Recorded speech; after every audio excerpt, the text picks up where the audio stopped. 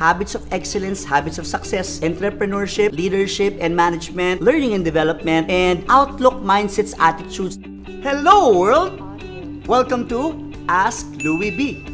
You ask the questions, I'll give the answers. It's been a productive meeting for the last 30, 45, or 50 minutes. It's important to recap and summarize highlights, information shared, concerns raised, and agreements that both parties will also do after the meeting. This is Louie Banta of LJMB. Thank you for watching my video. To watch more videos like this, click subscribe and hit the bell icon below.